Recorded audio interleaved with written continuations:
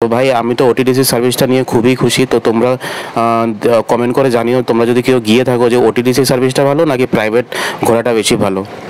তো যাই হোক আমরা এখন ফাইনালি বোটে উঠলাম। আর কাবেরীর তো ফার্স্ট টাইম বোট রাইডের এক্সপিরিয়েন্স, তো ও ভীষণই নার্ভাস ছিল। আর মানে ও বলছিল বারবার যে যাতে মানে চিল্কার এই বোট রাইডটা করবে না। তো আমি ওকে ফোর্স করেই লিটারেলি নিয়ে আসলাম, কেননা আমি চাইছিলাম যে ওর ভয়টা ভাঙুক। কেন লাইফে সব কিছু এক্সপিরিয়েন্স করা দরকার, কেননা এইসব মেমোরিজে আমাদের সাথে চিরজীবন থেকে যাবে। আর বাকি সব কিছুই তো ক্ষণস্থায়ী, মেমোরিজগুলো পার্মানেন্ট থেকে যায়।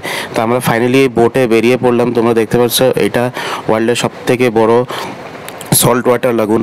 তো ভীষণই ভালো লাগছিল।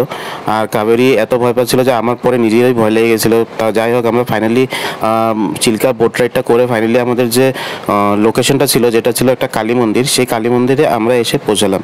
আর এখানের যে ভিউটা এতই সুন্দর লাগছিল দেখতে, চারিদিকে জল আর মাঝখানে এই মা কালীর মন্দিরটা, যেন মনটা ভরে গেছে, যেন মা কালী বলছিল যে মা কালীর চরণে গিয়ে বসে থাকি। তো আমি ফাইনালি মন্দিরটা ক্যাপচার করার চেষ্টা করছিলাম, কিন্তু যেহেতু এখানে মোবাইল অ্যালাউড ছিল না, তো ওরা আমাকে পরে ধরে নিয়েছিল। যাই হোক আমি কিছু করে বেঁচে গেছি। তো আমি অনেক ঝুঁকি নিয়ে ভিডিওটা করেছি এই জায়গাটার মধ্যে। তো তোমরা নিশ্চয়ই একটা ভিডিওটাকে লাইক করে দিও। আর ফাইনালি আমরা যখন পুজো টুজো দিয়ে বেরোলাম, তো জায়গাটার স্পটটা এতই সুন্দর ছিল আর এত গরম ছিল যে কি বলবো। তাই আমরা কি করলাম, একটা স্পটে সাইডে যে গাছগুলো দেখেছিলো ওখানে গিয়ে একটু বিশ্রাম নিচ্ছিলাম। তারপরে আমি ফাইনালি আসলাম একটু ডেয়ারিং কিছু করতে এই যে বিষয়গুলোর মধ্যে। আর এসে দেখি কাবেরী এখানে মেকআপ করছে। এই গরমের মধ্যে ওর মেকআপ করা আর বাদ নেই, মেয়ের আর মেকআপের মানে সম্পর্কটা চিরজীবনের। তারপরে ফাইনালি আমরা খাওয়া দাওয়া শেষ করে এখানে আসলাম আর কাবেরী দোলনা ঝুলতে ব্যস্ত। ফাইনালি বেরিয়ে পড়লাম আমরা আবার পুরীর উদ্দেশ্যে।